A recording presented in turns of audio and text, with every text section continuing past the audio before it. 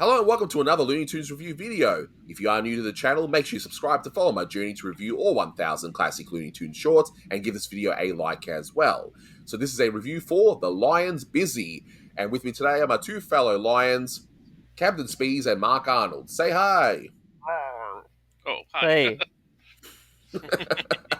Roar, I'll put the MGM line or something in there, which, funnily enough, we will discuss later on anyway, in relation to the name here. But just a few bits of info to get underway. So this is The Lion's Busy, released on the 18th of February 1950. It had a blue ribbon reissue sometime in 1961.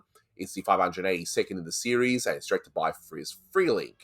You can find this beautiful restoration on the Looney Tunes Platinum Collection Volume 2 Blu-ray set, and I have a link below to that set.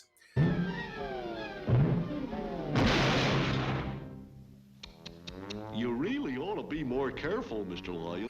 The plot or synopsis of this cartoon is very straightforward because, hey, I can't show you this cartoon due to copyright, but essentially the lion is celebrating his 10th birthday. Beaky Buzzard is, of course, happy about this because he wants to eat this lion because he knows that lions have a life expectancy of 10 years. Something else we'll get into very shortly about this whole life expectancy business. Ow!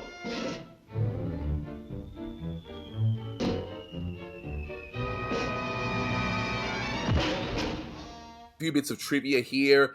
The title itself is a play on the saying, the lion's busy, which in this day and age, I guess doesn't really make sense, even though we still say it. Like, hey, the lion's busy, even though it's not really a lion, we're all on mobile, or as you guys say in America, cell phones. But that's what it means, regardless. It's the second last Beaky Buzzard short, with the short Strife with Father being the last in the golden age, although this is the only one that Friz Freleng ever did. So that's a really, interesting point. But one obscure or relatively obscure bit of trivia is the book that the lion's reading, the Dr. Kidney's report, and that seems to be a play on the Kinsey report on human sexuality done in 1948. So why it's there, because the gag doesn't really play into that, I don't know, but I know that the Kinsey report was a big deal at the time, and you should watch that movie starring Liam Neeson regarding Dr. Kinsey. But one other bit of trivia that I'll get you to elaborate, Mark, is about how Mel Blanc now takes over the role of Beaky Buzzard, because the other ones that were done by Kent Rogers, but he sadly, passed away in 1944.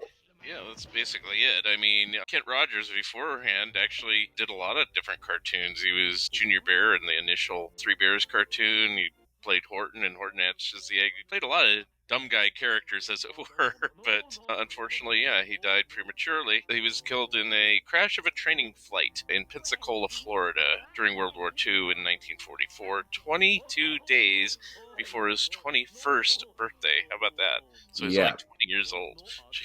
It's an absolute tragedy, and he sounds so talented as well. He was the voice of Woody Woodpecker, too, for a short time. Exactly. He was such a talent, and he did a few impressions, too, as part of some of the earlier, spot gag cartoons. So, it's a shame, but, not much we can really do. If he was alive now, he'd be 99. So, well, yeah, exactly. What may interest some people, especially those who followed the channel, and we've been watching these in order, so you've got the other Beaky Buzzers that were done by Bob Clampett, so of course we've got this one done by Friz Freleng, and you're going to have very soon Strife with Father, directed by Bob McKimson. But you have a theory, Kamden, as to why this cartoon would have been made at all, given the fact that the original creator didn't do these. This is not my theory, so I don't have this theory. All right, This is the theory of other people. Kevin Baxter has pointed out this theory, I think, and I know Jerry Beck has many times. I think this cartoon, as well as the other one, was just made because Warner Brothers licensing. They used Beaky Buzzard a lot, not just in, just like Sniffles or Petunia or Little Hiawatha or Suzanne were used in the comic books, right? And so was Beaky. incessantly, especially in the early. He was also using the Bugs Bunny newspaper strip too, just like Chester Turtle, not Cecil, but Chester Turtle was used as well. He was used in all sorts of them. They have those. I have the Porky Pig one, but they had Beaky Buzzard Banks by this time. They would have them eventually in the record albums by Capitol Records. Mark, I'm sure you have those as well. Yep. They had them in like the banks and Christmas ornaments and all this sorts of thing. They have them in that draw your own character easel. I have that Beaky's in the lineup of characters. So I imagine Warner Brothers licensing, which I think was actually run at the time by Leon Schlesinger, okay, because he left that and went to work there. Actually, no, he died already, right? Yeah, He died in 49. Yeah, okay. Right before then, I think that's when he went to licensing. I imagine this was a thing from Warner Brothers just saying, you have to make more with this character. Also, this would have been in production when Schlesinger was alive, because Schlesinger actually passed away at the end of 1949. So I would imagine that he may have had something to do with it. Well, also there's previous Beaky Buzzard cartoons, so I mean, would have been available to make as a character for merchandise already. Which is interesting that Clampett and McKimskin took a lot of, as well as kind of in some ways Chuck Jones did, took a lot of Clampett characters. I think after the success of Tweety, they took a lot of them. They did that one Cecil Turtle cartoon. I think you could say Charlie Dog is a little bit of a Clampett revival. More or less, yeah. And obviously there's also that one, the Flea character, where he appears in a McKimskin short around this time. Yep, correct, in 1947, yep. So I imagine that they all kind of took over when Clampett left. They took over various minor Clampett characters, or major in the case of Tweety. Yeah, exactly right. But speaking of minor characters, see, the weird thing is when I was doing research for this, and, I don't just automatically take whatever's on the wikis and just take it as gospel. I actually do research further to confirm is what's being said on the wiki factual or not. I just use that as a springboard to start the journey, I guess, on research. But one of the weirdest things it says is that this is the same lion, Leo the Lion, as in the cartoon Hold the Lion Please, featuring Bugs Bunny, when it's like, hang on a moment, in Hold the Lion Please, the lion not only looks different, but he's also, it sounds like this. He's got that whole, hortense, yeah, but hortense, like he talks like that. Oh, you hadn't oughtn't to have gone and said that. You hadn't oughtn't to talk bad about me. Whereas in this one, he's got a bit of an Irish brood. Hooligans, the light show which you'd never want to see again. I can't do the Irish brood, but it sounds different, even looks different. It's just, I don't know, it just happens to have the name Leo the Lion, but who do you believe it's a take on, Canon? You said something to do with MGM, right? Obviously, it's the name Leo. By the way, I actually looked that up too, and that information, according to Wikipedia, it's from the Encyclopedia of Animated Cartoons. Yeah, there's a lot of factual errors in Lindbergh's books. That's all I'm going to say about that. Yeah, I just think it just happens to be two different lions. Yes, the writer is the same on both, which is Ted Pierce, right? But there just happen to be two different lions called Leo. Maybe Ted forgot he named the other lion Leo, just named him again Leo here. No one watched these things in order, so I think it's just two different lions. No one thought they were going to watch these things a second time. Exactly. Basically the same name as also the MGM lion, as you it's the exact same thing. Leo the Lion was the name of the real MGM lion that they had for the MGM opening titles. If you have the book, When the Lion Roars, the MGM story, or if you watch the documentary, they go exclusive detail about how that lion was set up, how there was a trained lion, all that stuff. Leo's also just the astrological sign that has a lion, so it's that's true too. Leo and lion, it's, I don't know if it was necessarily MGM, but probably was. Well, if it's MGM here, probably. Yeah, that's what I'm saying, it probably was. As for the cartoon itself, and we'll obviously get into that now, but the weirdest thing is about this cartoon for me when I watched it was, okay, if you were not familiar with the earlier Beaky Buzzards, this cartoon's fine. It's a competent cartoon. There's nothing necessarily wrong with it, but to me, this ain't Beaky. All right, it is Beaky, the character. I'm not saying it's not, but it's a different characterization. He seems to be smarter than this lion, so it's like this lion's really dumb. He's so dumb he has to recount his candles to remember that he's turning 10 years old, right?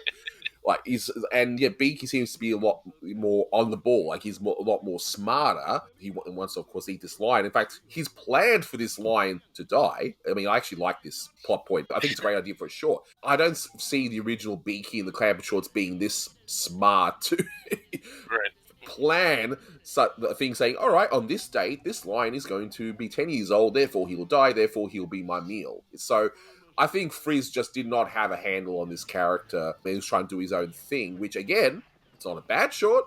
It's just different. I mean, what do you guys think? I would agree with that. I was also going to ask, by the way, is the rabbit in the front, is that Bugs Bunny in the very beginning? No, I don't think so. I think it's just just one of those weird little things, coincidences, Easter eggs, whatever you want to call them. I say nay, but whatever. I'll let you guys decide in the comments, all right? You let me know if you think it's Bugs. I mean, I say it's not, but whatever. But, there's a lot of things I like, of course, I like the Irish dance he does.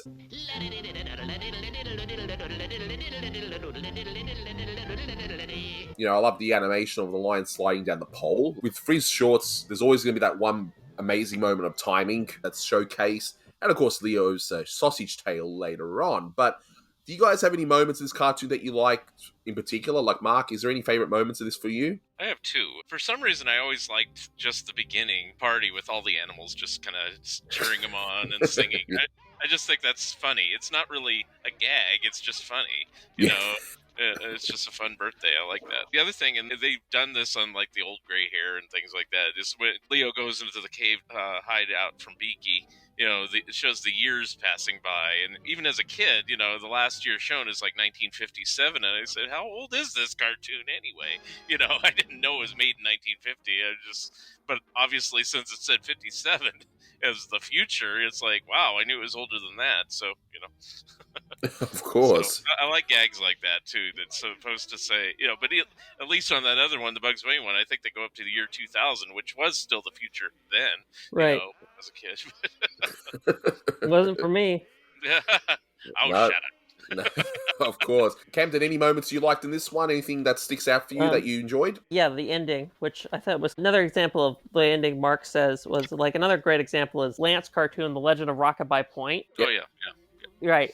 That's another great example of that. But also, we should point out how long lions actually live. Yes, because I think at the end of it, with the way he goes into the future, that seems to be more accurate because in the wild, according to Google, and there's a few, I guess, discrepancies here and there about what some sites are saying, but generally speaking, in the wild it's 12 to 16 years, and in captivity it's about 25, and that's from National Geographic. But some are also saying that it's about 10 years, and female lions live longer, and there's all sorts of ifs and buts and that. I think Moon Lion here, Leo the Moon Lion, is the about right for how long a lion would live in. Yeah.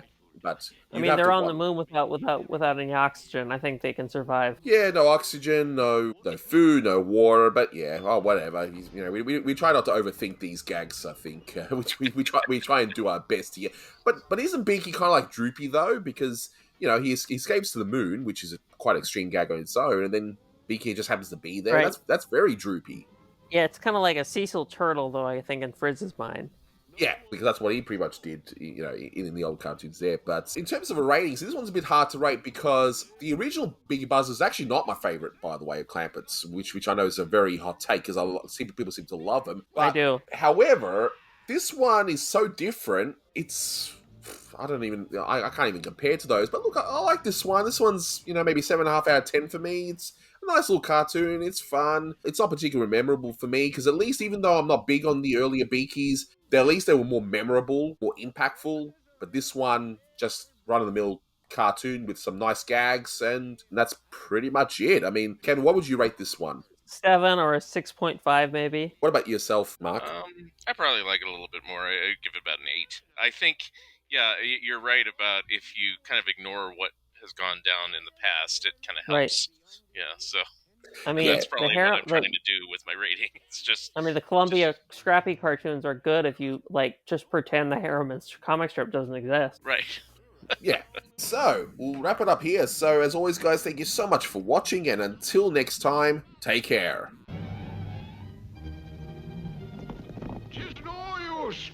You might as well eat me now and have done with it. But 'tis hoping you're chalking on me, I am. Sorry, Leo. Can't eat nothing but marshmallows. Have one.